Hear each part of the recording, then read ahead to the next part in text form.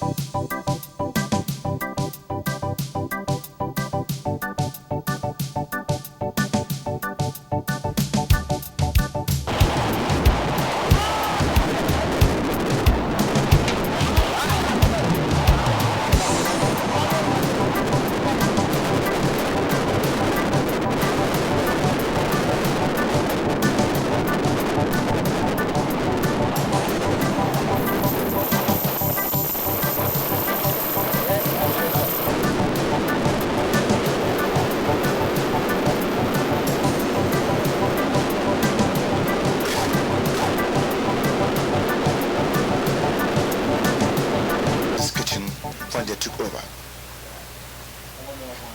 Instead, they brought the other one over there. But when the English came in, they used both because they were indifferent. Yes. So this was a Portuguese governor's kitchen. The other one there, the Dutch governor's kitchen, and both the English governor's kitchen.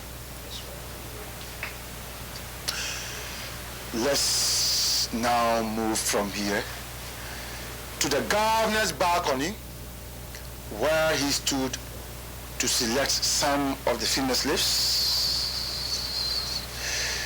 to visit him up there where they were actually sexually abused. So we move into that balcony.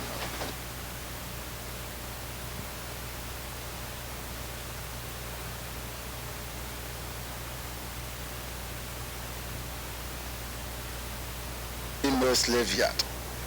And all those rooms, the female slave dungeons. And up here where we're standing, the governor's balcony. The aggressive governor stayed up here with eagle eyes filled with lust, while the girls and women girls were gathered there almost in their nude. From here, he carefully scanned and made his own choice. Whoever was admired by the governor was selected. It was just a matter of the governor stretching his hand and saying, "Oh, you dare come up." So the soldiers picked you out of the lot, gave you a thorough bath down there with water from that cistern. Then from there gave you an escort that way, where she continued her journey up, using the governor's private access in there, so she surfaced on this very floor out of the secret door, out of the trap door we have right here.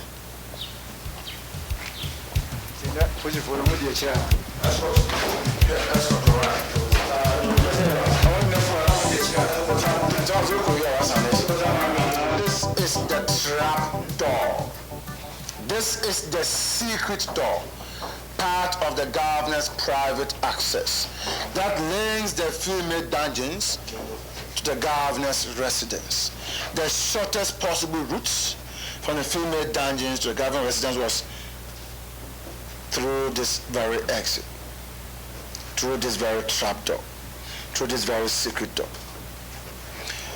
If the woman was to go back to the dungeon, she used the same route.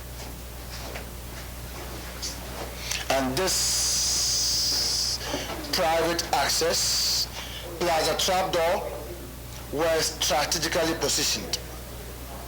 It wasn't placed just anyhow, no. Because on this floor, it wasn't just even 5 minutes walk from here to the governor's residence. So while the woman surfaced on this floor, she just dashed through this door and straight up. She found herself in the governor's bedroom. We also move in there now.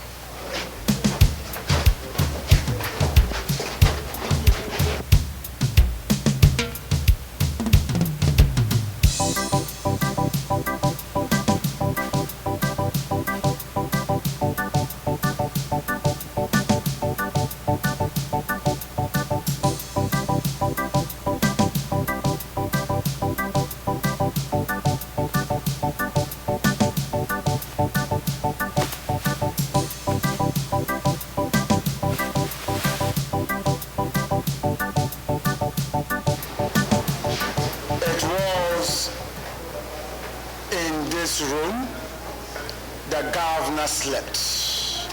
The governor's bedroom, very airy and spacious. With the air blowing like that, the mosquito could not settle on the governor to bite. So this was more or less a mechanism against mosquito bites. Plenty of air.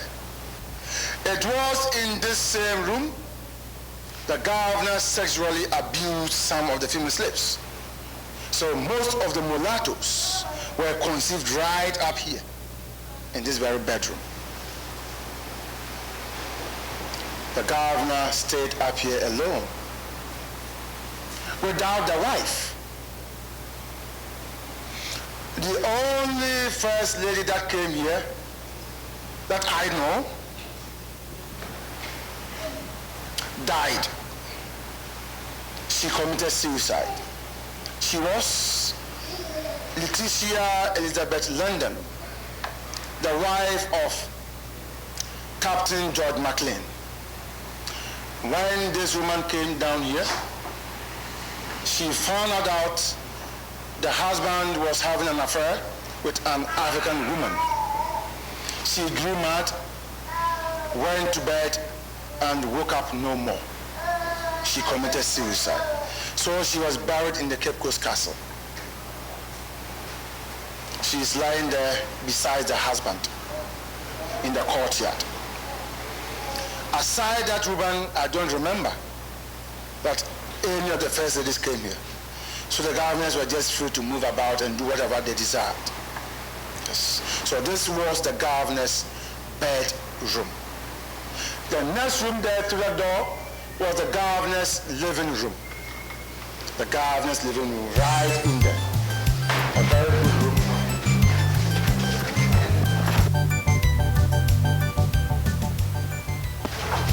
This was the living room for the governor. And the next room, the governor's dining hall. Beyond that, we have the governor's washroom and his emergency exits. But the door to that place is locked up. Yes. Then in the corner there, we have a storage where brooms, brushes, and dusters were stored, a closet. The whole floor, therefore, was the governor's residence. The bedroom there, the living room here, the dining hall, the washroom, the emergency exit, and the closet right there.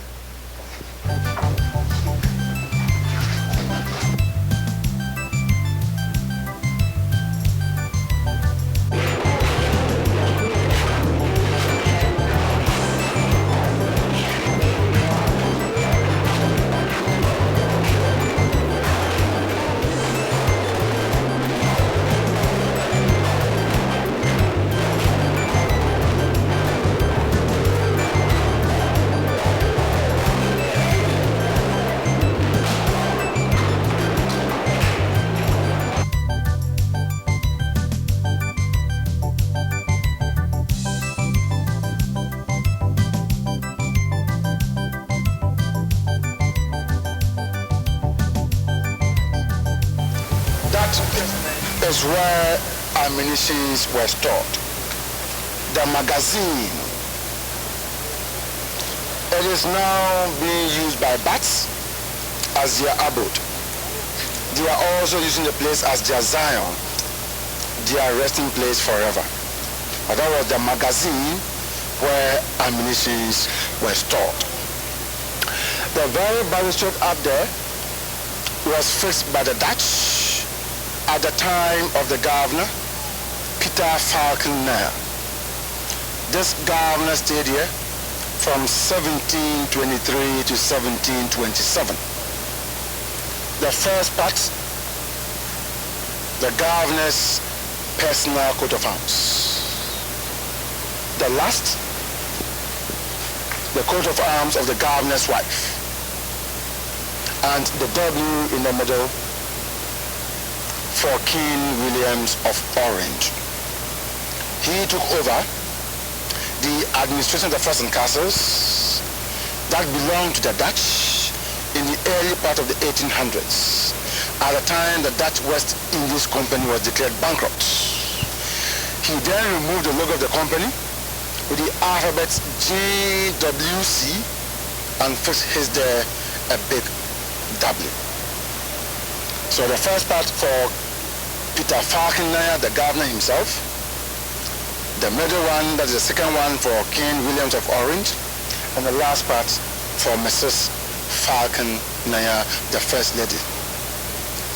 She was, however, absent from this place. The husband just decided to fix it there for her. Then we have up there some symbols. They look as if they are just designs, but they are not. Most of the Dutch who stayed in here, if not the Portuguese, belong to the secret orders, Freemasons and ODD.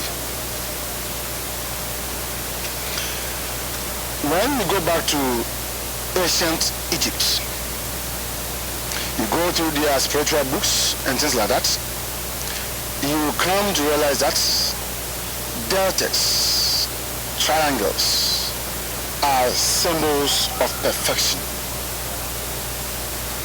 And circles, symbols of eternity. So if these symbols were put up there by the Dutch, then of course it means the Dutch sought to stay here forever to achieve perfection in whatever their endeavor was.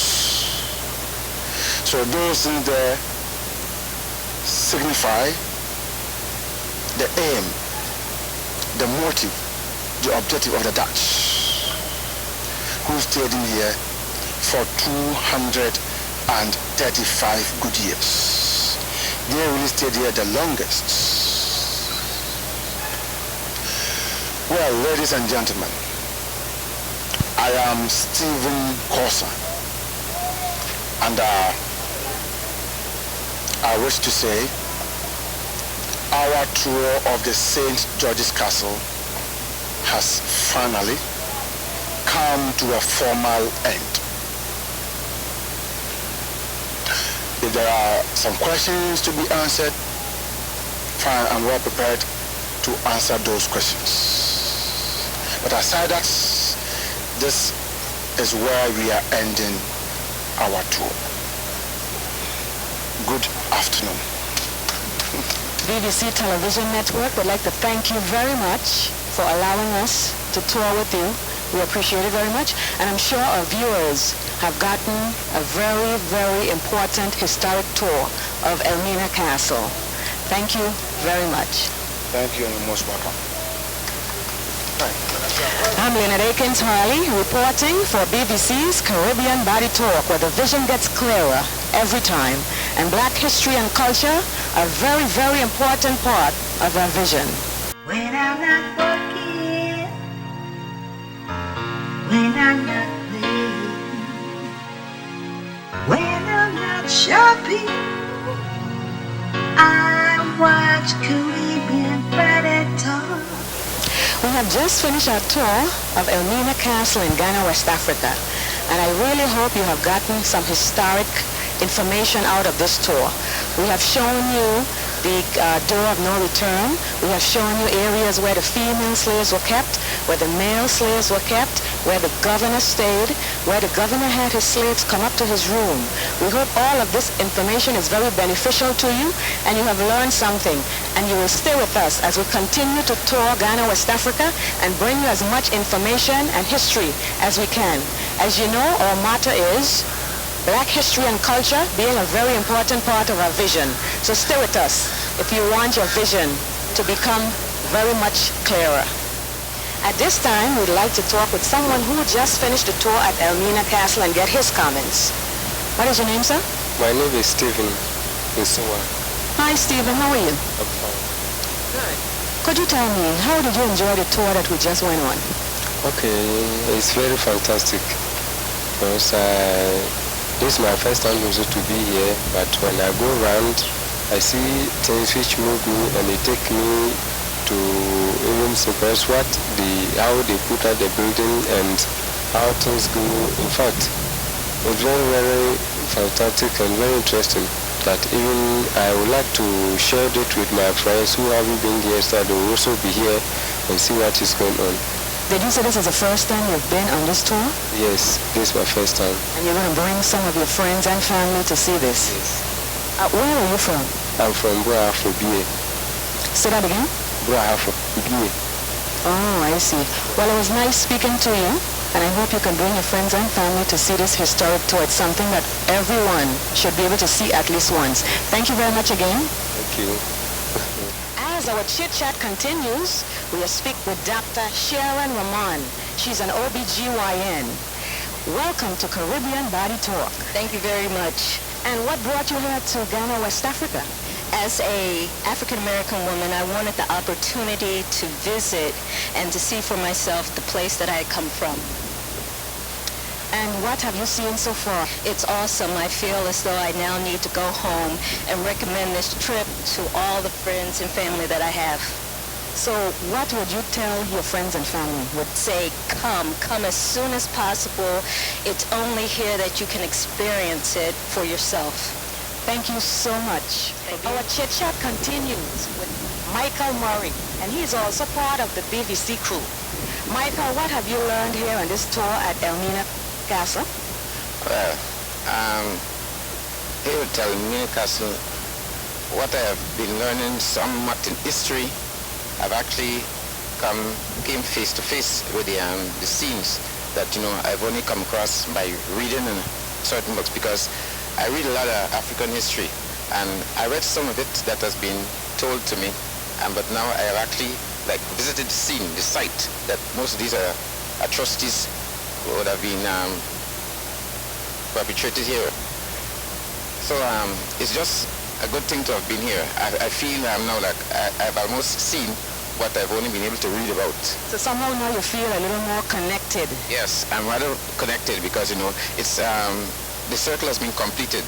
Having read about my foreparents and the disaster and certain things I went through, I've now come to the other part of the circle, which completes it by being here. Would you tell anybody to come here and experience this for themselves, your family, your friends? Yeah, once they can afford it, yes. I'll tell them, come see it for yourself and feel some of us who might be particularly from this part of Africa might be more connected than I am. Because not being sure where I'm really from, I feel really connected, but I'll say yes. Let them come here and see for themselves. Thank you, Mr. Murray, for speaking with us, and I hope you enjoy the rest of the tour and the rest of your stay in Ghana. Okay, it's been my pleasure. I hope to enjoy it. I'd like to take a moment to thank our tour guide here, Stephen Kosa. Thank you so much for this guided tour. You're most welcome, and thank you. Could you tell me how long have you been doing this tour? For about 3 years now.